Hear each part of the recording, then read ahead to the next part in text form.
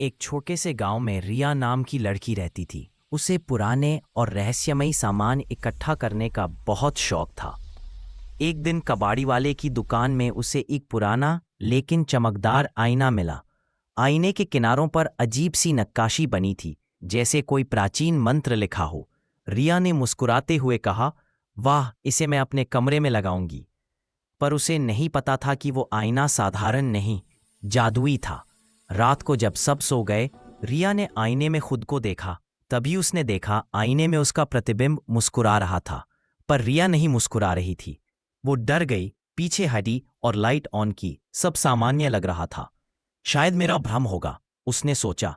अगले दिन उसके दोस्त मोनू और पायल आए।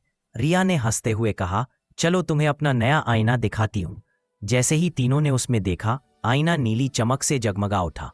उसमें तीनों की परछाइयां एक पल को गायब हो गईं और आईने के अंदर से एक धीमी फुसफुसाहट आई, मुझे आजाद करो। रिया घबरा गई। तुमने सुना? मोनू बोला, हाँ, ये आईना बोल रहा था। रात को फिर रिया उठी और देखा आईने में एक लड़की की परछाई खड़ी है, जो धीरे से कह रही थी, मैं इसी आईने में कैद हूं, मदद करो। रिया ने साहस जुटाया। उसने कहा, मैं तुम्हें आजाद करूंगी। आईना तेज चमकने लगा, हवा चलने लगी, कमरे में नीली रोशनी भर गई। मोनू और पायल भी आ गए। तीनों ने मिलकर वो मंत्र पढ़ा जो आईने के किनारों पर लिखा था, सत्य की ज्योति से मुक्त हो अंधकार। अचानक एक तेज रोशनी फैली और आईने से वो आत्मा मुस्कुराते हुए बाहर आई।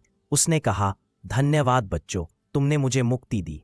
फिर उसका शरीर रोशनी में बदलकर आसमान में उड़ गया। अगली सुबह आईना शांत था। रिया मुस्कुराई, अब इसमें सिर्फ मेरी सच्ची परछाई है। पर कहानी यहीं खत्म नहीं हुई। 2 हफ्ते बाद वही आईना एक दूसरे गांव की दुकान में दिखा और उसमें से किसी ने धीमी आवाज में कहा, क्या तुम मेरा नाम जानते हो?